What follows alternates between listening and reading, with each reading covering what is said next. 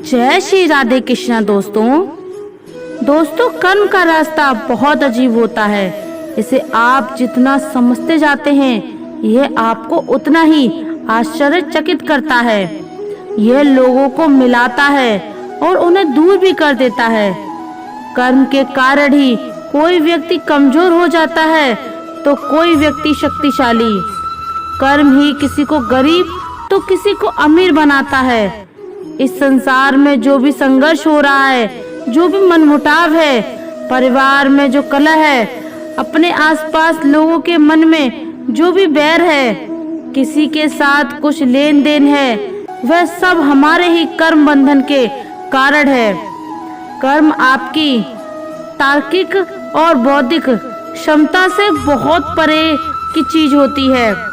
जब आप इस कर्म को समझने लगेंगे तो आप घटनाओं और लोगों के साथ बंधना बंद कर देते हैं और आपकी स्वयं की यात्रा अर्थात आपके अंदर की यात्रा आरंभ हो जाती है।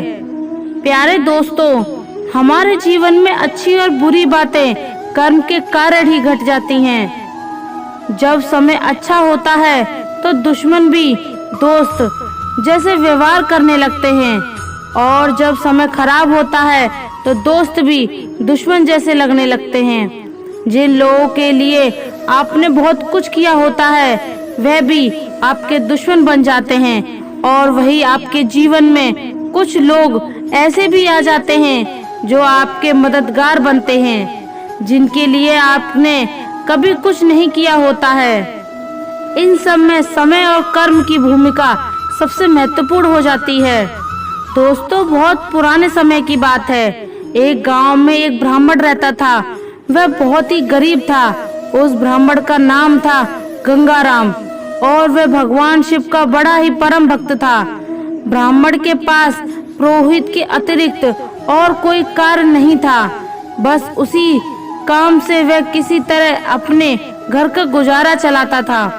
लेकिन ब्राह्मण की पत्नी इस काम से संतुष्ट नहीं थी। वह ब्राह्मण के बार बार कहती कि जाकर कोई और काम करो। आखिर इस तरह से यदि तुम्हारा काम चलेगा तो परिवार तो दिनों दिन बढ़ता रहा है। इस पंडिताई से के सहारे काम कैसे चल सकता है? इसके लिए तुम्हें अतिरिक्त कमाना पड़ेगा। इससे काम नहीं चल पाएगा।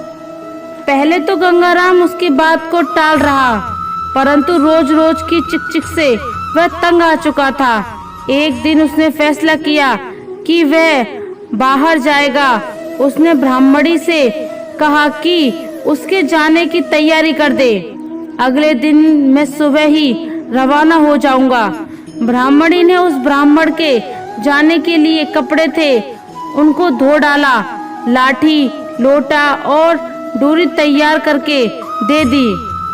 खाने के लिए 2 उबले हुए आलू और नमक पोटली में बांध दिया। जब सुबह हुई तो गंगाराम ने अपना सामान और खाना लेकर ब्राह्मणी से विदा ली। अब उसको जाना था, लेकिन कहाँ जाना था ये निश्चित नहीं था। फिर भी शहर जाने की उसने राह पकड़ ली। जो रास्ता बाहर जाता था उसी पर चल पड़ा। रास्ता कच्चा था, जंगल से होकर जाता था। पैदल चलते चलते उसे दोपहर हो गई। सोचा कि कहीं पानी मिल जाएगा तो स्नान कर लूंगा और वहीं भोजन कर लूंगा। और थोड़ी ही देर में उसे एक स्वच्छ जल से भरा हुआ सरोवर भी मिल गया। गंगाराम ने सोचा कि अब यही विश्राम कर लिया जाए और उसने वहीं एक पेड़ के नीचे अपना डेरा डाल दिया। नहा धोकर पेड़ के नीचे वो लेटा ही था कि ज्यादा थका होने के कारण उसे गहरी नींद आ गई। संयोग से भगवान भोलेनाथ और माता पार्वती उधर से गुजर के जा रहे थे। माता की नजर उस सोते हुए ब्राह्मण पर पड़ गई। उस ब्राह्मण की दयनीय स्थिति को देखकर माँ पार्वती का दिल द्रवित हो गया और माता ने भगवान शिव से कहा कि हे भोलेनाथ, आप तो बड़े दयालु हैं, सबके दुख दूर करते हैं। इस गरीब ब्राह्मण का भी कुछ उद्धार कर दीजिए। फिर यह आपका भक्त भी है, हर समय आपका नाम लेता है। भगवान शिव कहने लगे कि हे देवी, आप बड़ी कोमल हृदय की हैं, इसलिए हर किसी की मदद को हमेशा तैयार रहती हो। भगवान भोलेनाथ ने कहा कि जाने दो, ये सब इंसान के कर्मों का फल है। जो व्यक्ति जैसा कर्म करता है उसे वैसा ही फल भोगना पड़ता है। माता पार्वती ने कहा कि नहीं स्वामी, इस पर आपको दया करनी ही होगी और मैं आपसे कुछ नहीं मांगती। माता पार्वती की जिद के कारण भगवान भोलेनाथ सोए हुए उस ब्राह्मण के पास पहुँचे। उन्होंने उसकी खाने की पोटली को खोलकर देखा तो उसमें 2 उबले हुए आलू रखे थे। भगवान भोलेनाथ ने उन 2 आलू की जगह पोटली में 2 लड्डू रख दिए और वह वहां से चले गए। माता पार्वती ने कहा कि अब इसका प्रबंध हमने कर दिया है। चलिए, ब्राह्मण सोते रहने के कारण इस घटना से पूरी तरह से अनजान था। उसे कुछ भी नहीं पता था कि क्या हुआ। जब उस ब्राह्मण की आंख खुली तो तीसरा पहर चल रहा था। उसे भूख लगी तो उसने खाने की पोटली उठाई और जब पोटली खोला तो देखा कि उस पोटली में 2 ताजे लड्डू रखे हुए हैं। उन लड्डुओं को देखकर ब्राह्मण की भूख और बढ़ गई। वह सोचने लगा कि किसी जजमान के घर से लड्डू आए होंगे। उसने जल्दी ही लड्डू उठाकर अपने मुंह में डाल लिए। उसको बड़ा आश्चर्य हुआ कि पोटली में से 2 लड्डू खाने से फिर से न जाने कहां से 2 लड्डू और आ गए। अब तक वह ऐसा करते करते 152 लड्डू खा चुका था, लेकिन उसकी पोटली में अभी भी कुछ लड्डू रुके हुए थे। उसने और सोचना बंद कर दिया। पोटली और सामान उठाकर वापस घर की ओर दौड़ पड़ा। रात का पहला पहर खत्म होने से पहले ही वह घर की चौखट पर था। ब्राह्मणी ने उसे देखते ही भला बुरा कहना शुरू कर दिया। सत्यानाश हो तुम्हारा, कितना समझाकर घर से बाहर तुम्हें भेजा था, लेकिन वो भी तुमसे नहीं किया गया। गंगा राम ने कहने के लिए कहा कि भाग्यवान, अपनी ही कहती रहोगी कि कुछ मेरी भी सुनोगी। हमारे दुख के दिन अब दूर हो चुके हैं। मैं ऐसी चीज लेकर आया हूँ कि देखकर तुम खुश हो जाओगी। ब्राह्मणी ने कहा कि दिखाओ, मैं भी तो देखूं ऐसी कौन सी चीज है, कौन सा खजाना तुम्हारे हाथ लग गया है। 2 बिल्लियों की तरह उछल कूद कर रहे हो। ब्राह्मणी ने पानी दिया। पानी पीते ही उसने पोटली खोली। ब्राह्मणी कभी लड्डू देखती है तो कभी गंगा राम को। आखिर ये क्या पहेली है। ब्राह्मण ने खुशी से कहा कि 2 लड्डू खाओ। ब्राह्मणी ने उन 2 लड्डुओं को उठाया और खाकर देखा तो उसे बहुत ही स्वादिष्ट लगे। क्या कहना था उन लड्डुओं का। उसने जीवन में कभी ऐसे लड्डू नहीं खाए थे। एक दिन के बाद एक ऐसे करके वह कई लड्डुओं को खा गई, लेकिन पोटली में लड्डू खत्म नहीं होते थे। बच्चों ने भी खूब डटकर खाए, लेकिन लड्डू कम होने का नाम ही नहीं ले रहे थे। गंगा राम ने जंगल की सारी घटना के बारे में अपनी पत्नी को बता दिया। ब्राह्मणी ने उसे बताया कि उसने तो पोटली में 2 उबले हुए आलू रखे थे, जो ये लड्डू कैसे आ गए। भोलेनाथ की अनुकंपा समझकर बात समाप्त हो गई। अब गंगा राम ने पत्नी की सलाह से घर के बाहर गंगा राम हलवाई के स्पेशल लड्डू का बोर्ड टांग दिया।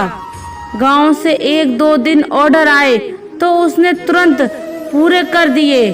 जो भी गंगा राम के लड्डू खाता वह तारीफ किए बिना नहीं रह पाता, क्योंकि ऐसे स्वादिष्ट लड्डू उन लोगों ने कभी भी नहीं खाए, क्योंकि उन लड्डुओं में भगवान भोलेनाथ का हाथ लग चुका था, इसलिए वे इतने स्वादिष्ट थे।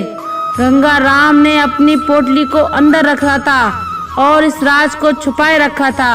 फिर भी गांव वाले बड़े हैरान थे, क्योंकि गंगा राम को किसी ने भी लड्डू बनाते नहीं देखा और ना ही उसके घर या दुकान से किसी तरह का धुआं उठता है और ना ही वह कुछ सामान खरीद कर लाता है।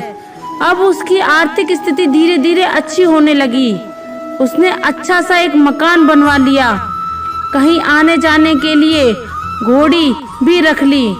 पत्नी को कई गहने बनवा दिए।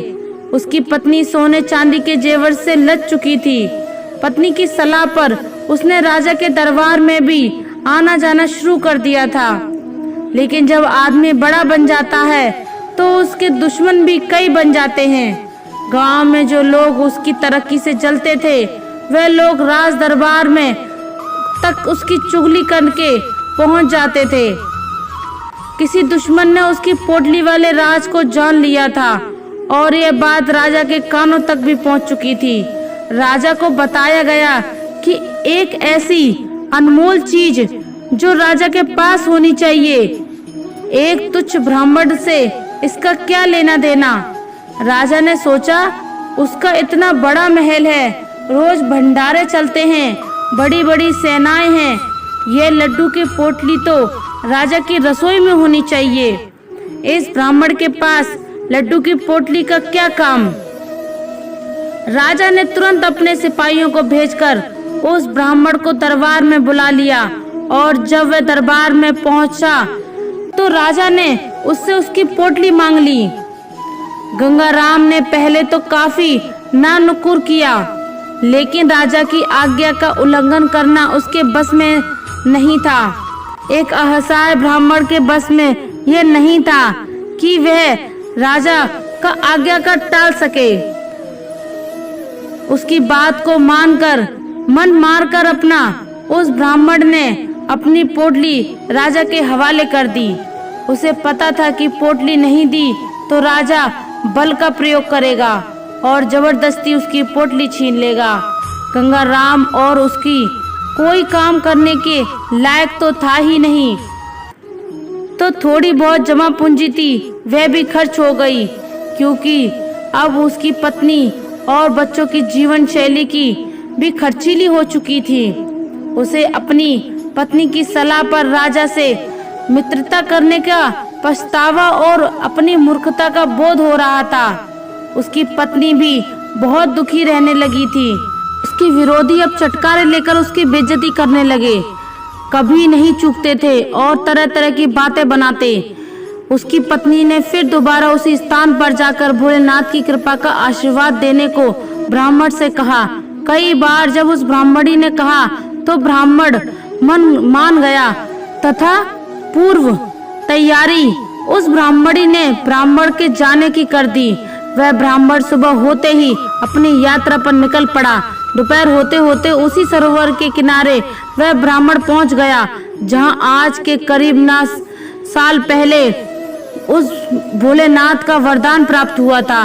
वह पेड़ की छाया में लेट गया। शीघ्र ही थकान के कारण उसे गहरी नींद आ गई।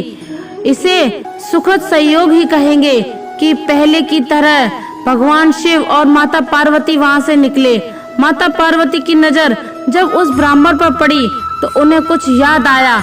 माता ने तुरंत भगवान से कहा कि हे भोलेनाथ, आपको याद होगा कि हम आज से 3 साल पहले यहाँ से गुजर रहे थे और ये वही ब्राह्मण है जिसकी आपने मदद की थी, परंतु इसकी हालत तो वैसी की वैसी है, इसका तो कोई परिवर्तन नहीं हुआ।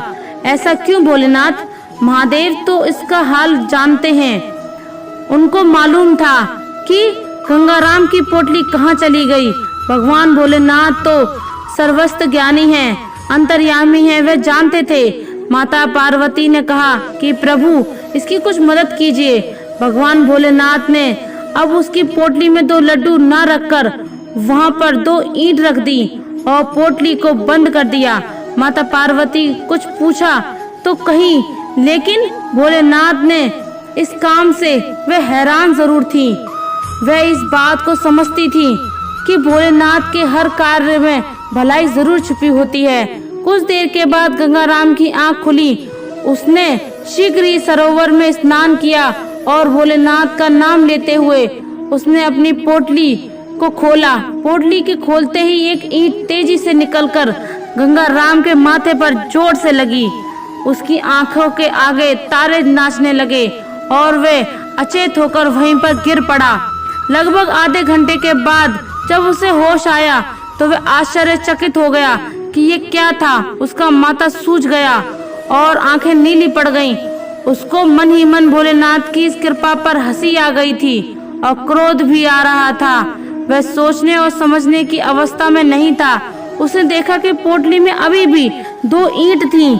एक ईंट जो उसे लगी थी और वह बाहर पड़ी थी और 2 ईंट पोटली में भी थीं।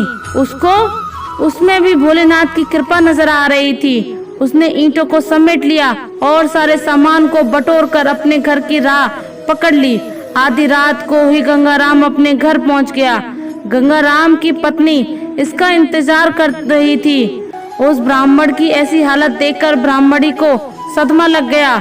वह बहुत दुखी हो गई। ब्राह्मणी को यह शंका थी कि वो खाली हाथ लौटा है। गंगाराम ने भी पोटली के बारे में कुछ नहीं कहा। हाथ मुंह धोकर भोजन किया और सो गया। उधर उस ब्राह्मणी को पोटली देखे बिना चैन नहीं मिल रहा था। वह दबे पांव उठी और धीरे से उसने पोटली खोली। पोटली को खोलते ही एक ईंट उसके माथे पर जाकर लगी। ईंट के लगते ही ब्राह्मण की पत्नी की चीख निकल गई। उसने पोटली को झट से बंद कर दिया और हाय राम कहते हुए पीछे हट गई। काफी देर के बाद जब उसको होश आया तो वह भी करहाते हुए कुछ देर बाद सो गई। जब सुबह हुई दोनों उठे, एक दूसरे को देखा तो पूरी कहानी उन दोनों को समझ में आ चुकी थी। न किसी से कुछ पूछा, न किसी ने कुछ बताया। अब कुछ स्वस्थ होने पर गंगाराम ने अपने दिमाग के घोड़े दौड़ा दिए कि भोलेनाथ की इस कृपा का क्या उद्देश्य होगा। वह सोचने लगा कि भोलेनाथ ने इस बार 2 लड्डू ना देकर 2 ईंट क्यों दे दी। वो पोटली को गांव के बाहर सुनसान जगह पर ले गया। उसने भोलेनाथ का नाम लेकर पोटली का मुंह अपने से दूसरी ओर खोल दिया। वह आश्चर्यचकित था कि उस पोटली से लगातार ईंटें तेजी से उल्टी दिशा में निकल रही थी। उसने धीरे से पोटली का मुंह बंद कर दिया। पोटली में अभी भी 2 ईंटें थीं। अब उसे भोलेनाथ की कृपा का एहसास हो चुका था और इस लीला का उद्देश्य भी उस ब्राह्मण की समझ में आ चुका था। युद्ध, हाँ, राजा से युद्ध करके अपनी पोटली को वापस लेना, यही भगवान भोलेनाथ की मनसा थी। गंगाराम चुपके से पोटली लेकर के अपने घर को वापस आ गए।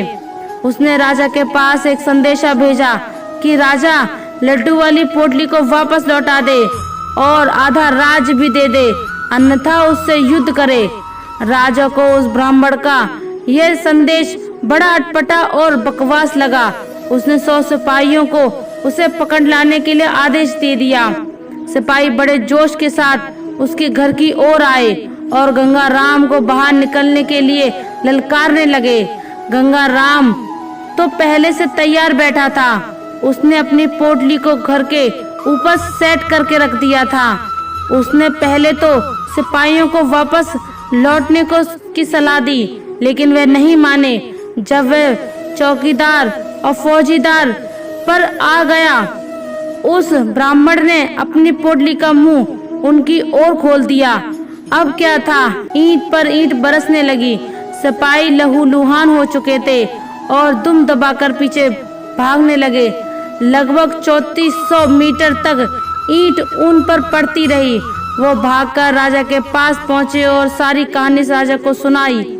ऐसी एक तरफा लड़ाई उन्होंने ना तो कभी देखी थी, न कभी सुनी थी। राजा ने अपनी पूरी सेना अपने सेनापति के साथ भेज दी। सैनिक उस ब्राह्मण को पकड़ने के लिए गांव की ओर चले। उस ब्राह्मण के गांव के बाहर अपना मोर्चा तैयार रखा था। एक ऊंचे टीले पर जो गांव के बाहर था, उस पर अपनी मचान को बना रखा था और वहां मचान पर पोटली लेकर चढ़ गया। जैसे ही सैनिक उसकी जगह पर आए, उसने पोटली का मुंह उनकी ओर खोल दिया।